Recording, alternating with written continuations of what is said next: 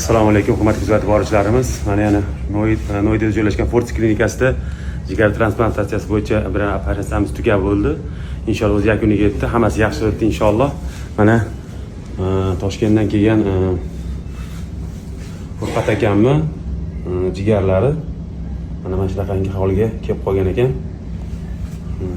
Inshaalloh mana keldilar.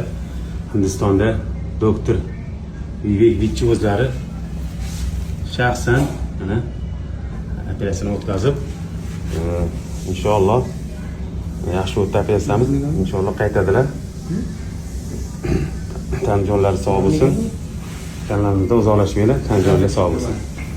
Mana bemorimiz o'zi Furqat akam kelyaptilar.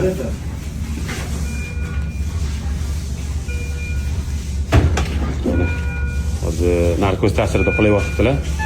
Hozir bir bizani eshitmaydi. Alloh shukr ato etsin, tan jonlari sog' bo'lsin. Iloyim yaxshi bo'lib sog'ayib ketsinlar. Jonlari sog' bo'lib, umrlari uzoq bo'lsin. Duoda bo'lib turasizlar, inshaalloh sog'ayib yaxshi bo'lib ketsinlar. Kanalimizdan uzoqlashmanglar, tan jonlari sog' bo'lsin, hech kim kasal bo'lmasin.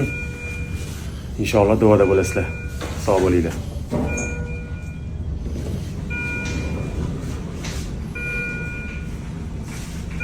Ularni hozir reanimatsionniy bo'limga olib tushib ketishadi. U yerga bizni kirishimiz mumkin emas. Sog' bo'linglar, bizdan uzoqlashmanglar.